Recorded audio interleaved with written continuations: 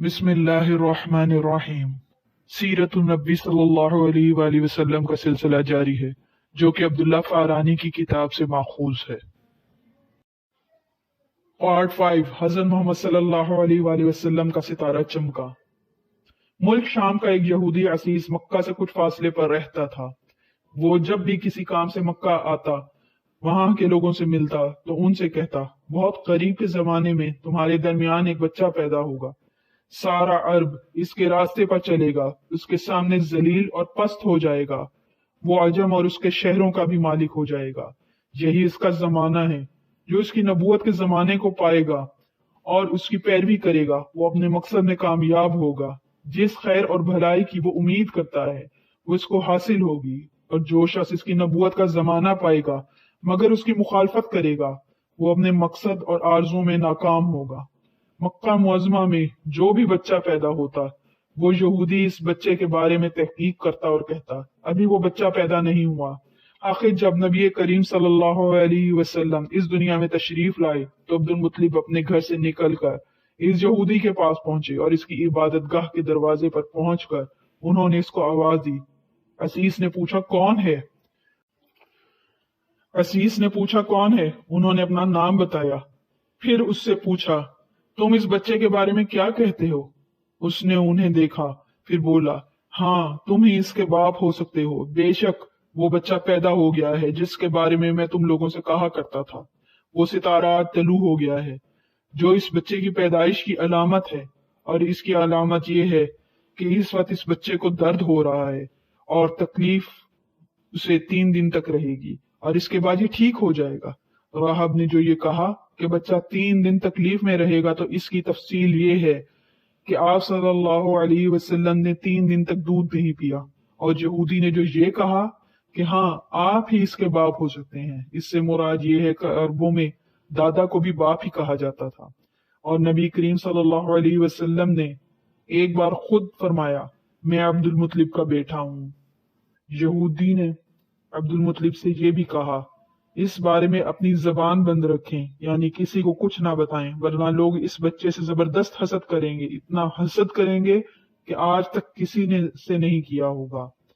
और इसकी इस कदर सख्त मुखालफत होगी कि दुनिया में किसी की इतनी सख्त मुखालफत नहीं हुई। पोते के मुतल्लिक ये बातें सुनकर अब्दुल मुत्तलिब ने असीस से पूछा, इस बच्चे की उम्र कितनी होगी? यहूदी ने इस सवाल के जवाब में कहा, अगर इस बच्चे की उम्र तबई हुई तो फिर 70 साल तक नहीं होगी, बल्कि इससे पहले ही 61 या 63 साल की उम्र में वफात हो जाएगी। और इसकी उम्मत की औसत उम्र भी इतनी ही होगी। इसकी पैदाइश के वक्त दुनिया के बुत टूट कर गिर जाएंगे।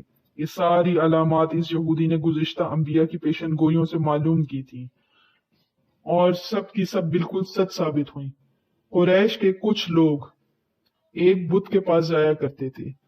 ये उस रात भी उसी के पास गए हुए थे जिस रात आप सल्लल्लाहु अलैहि वसल्लम की पैदाइश हुई। उन्होंने देखा वो बुत गिरे पड़े हैं। उन लोगों को ये बात बहुत बुरी लगी। उन्होंने उसको उठाया और सीधा करके रखा, मगर वो फिर गिर गए। उन्होंने फिर इसको सीधा किया और फिर वो उल्टे हो गए। इन लोगों को बहुत हैरानी हुई, ये बात बहुत अजीब लगी। तब इस बुत से आवाज आई, ये एक ऐसे बच्चे की पैदाइश की खबर है जिसके नूर से मशरिक और मगरिब में जमीन के तमाम गोशे मुनव्वर हो जाएंगे। बुत से निकलने वाली आवाज ने इन्हें और ज्यादा हैरत ज़दा कर दिया। इसके अलावा एक वाकया और पेश ये आया कि ईरान के शहंशाह कसरा नौशेरवां का महल हिलने लगा और इसमें शगाफ पड़ गए। नौशेरवां का ये महल निहायत मजबूत था, बड़े बड़े पत्थरों और चूने से तामीर किया गया था। इस वाकये से पूरी सल्तनत में दहशत फैल गई। शगाफ पड़ने से खौफनाक आवाज भी निकली थी। महल के 14 किंगरे टूट कर नीचे आ गए। इसके अलावा एक वाकया ये पेश आया कि ईरान के शहंशाह कसरा नौशेरवां का महल हिलने लगा और इसमें शगाफ पड़ गए। नौशेरवां का ये महल निहायत मजबूत था, बड़े बड़े पत्थरों और चूने से तामीर किया गया था। इस वाकये से पूरी सल्तनत में दहशत फैल गई। शगाफ पड़ने से खौफनाक आवाज भी निकली। महल के 14 किंगरे टूट कर नीचे आ गिरे। आपकी पैदाइश पर एक वाकया ये पेश आया कि फारस के तमाम आतिशकदों की वो आग बुझ गई जिसकी वो लोग पूजा करते थे और इसको बुझने नहीं देते थे। लेकिन इस रात एक ही वक्त में तमाम के तमाम आतिशकदों की आग आनन फानन बुझ गई। आग पूजने वालों को रोना पीटना पड़ गया। کسرا کو یہ تمام اطلاعات ملی تو اس نے کاہن کو بلایا۔ کاہن وہ لوگ ہوتے ہیں جو اپنے عمل اور جادو کے ذریعے پتہ کرتے ہیں۔ اس نے اپنے محل میں شگاف پڑنے اور آتش کدوں کی آگ بجھنے کے واقعات اسے سنا کر پوچھا، آخر ایسا کیوں ہو رہا ہے؟ وہ کاہن خود تو جواب نہ دے سکا، تاہم اس نے کہا ان سوالات کے جواب میرا ماموں دے سکتا ہے اور اس کا نام ستیح ہے۔ نوشیروان نے کہا ٹھیک ہے، تم جا کر ان سے سوالات کے جواب لاؤ۔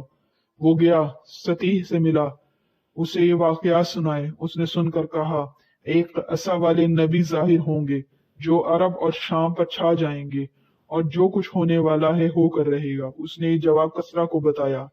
اس وقت تک کسرا نے دوسرے کاہنوں سے بھی معلومات حاصل کر لی تھی، چنانچہ یہ سن کر اس نے کہا تب پھر ابھی وہ وقت آنے میں دیر ہے، یعنی ان کا غلبہ میرے بعد ہوگا۔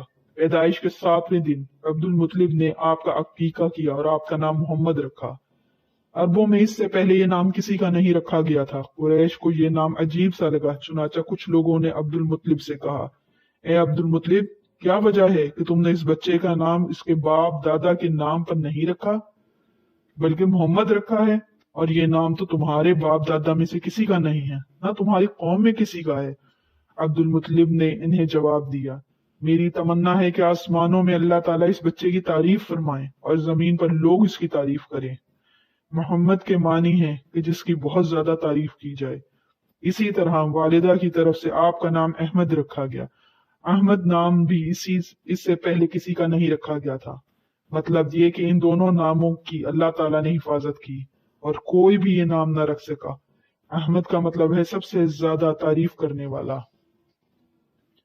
علامہ سہیلی لکھتے ہیں کہ آپ احمد پہلے تھے اور محمد بعد میں، یعنی آپ کی تعریف دوسروں نے بعد میں کی۔ اس سے پہلے آپ کی شان یہ تھی کہ آپ اللہ تعالیٰ کی سب سے زیادہ حمد اور ثنا کرنے والے تھے۔ پرانی کتابوں میں آپ کا نام احمد ذکر کیا گیا ہے۔ اپنی والدہ کے بعد آپ نے سب سے پہلے صوبیہ کا دودھ پیا۔ صوبیہ نبی کریم صلی اللہ علیہ وسلم کے چچا ابو لہب کی باندی تھی۔ ان کو ابو لہب نے آپ کی پیدائش کی خوشی میں آزاد کر دیا تھا۔ صوبیہ نے آپ کو چند دن دودھ پلایا۔ انہی دنوں صوبیہ کے ہاں اپنا بیٹا پیدا ہوا تھا۔ آپ کی والدہ نے آپ کو صرف 9 دن دودھ پلایا۔ اس کے بعد صوبیہ نے پلایا۔ پھر دودھ پلانے کی باری حضرت حلیمہ سعدیہ رضی اللہ تعالیٰ عنہا کی آئی۔ حضرت حلیمہ سعدیہ رضی اللہ تعالیٰ عنہا دوسری عورتوں کے ساتھ اپنی بستی سے روانہ ہوئی۔ ان کے ساتھ ان کا دودھ پیتا بچہ اور شوہر بھی تھا۔ حلیمہ سعدیہ رضی اللہ تعالیٰ عنہا دوسری عورتوں کے بعد مکہ میں داخل ہوئیں۔ ان کا خچر بہت کمزور اور مریل تھا۔ ان کے ساتھ ان کی کمزور اور بوڑھی اونٹنی تھی، وہ بہت آہستہ چلتی تھی۔ ان کی وجہ سے حلیمہ رضی اللہ تعالیٰ عنہا قافلے سے بہت پیچھے رہ چکی تھی۔ اس وقت بھی ایسا ہی ہوا اور سب سے آخر میں مکہ میں داخل ہوئی۔ اور یوں ہمارا یہ پارٹ مکمل ہوا۔